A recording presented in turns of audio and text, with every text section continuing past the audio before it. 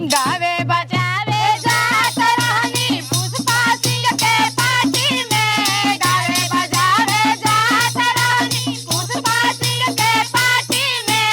मर्दा मोटरसाइकिल से गिरवले बाटे छाती में। मर्दा मोटरसाइकिल से गिरवले बाटे छाती में। गावे बजावे जात रहनी मिथुन सिंह के पार्टी में। गावे बजावे जात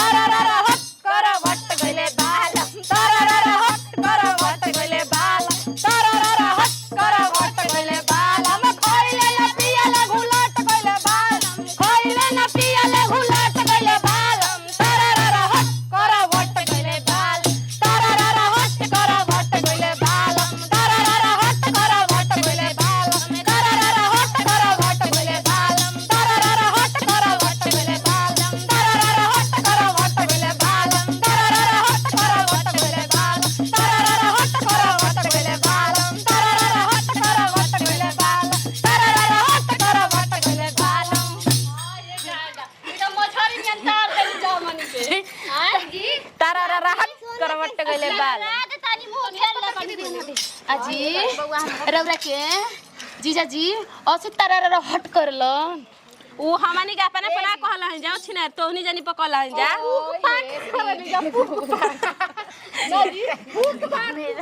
हाय देखै त हाय खिसा कह देता यो कि बोले बरत रहे हो जन बरत रहे हो सैया चोचा वाला के प्यारा करत रहे हो सैया चोचा वाला के प्यार करत रहे हो बोल बरत रहे हो मिया बरत रहे हो बोल बरत रहे हो लालन बरत रहे हो सैया चोचा वाला के प्यार करत रहे हो सैया चोचा वाला के प्यार करत रहे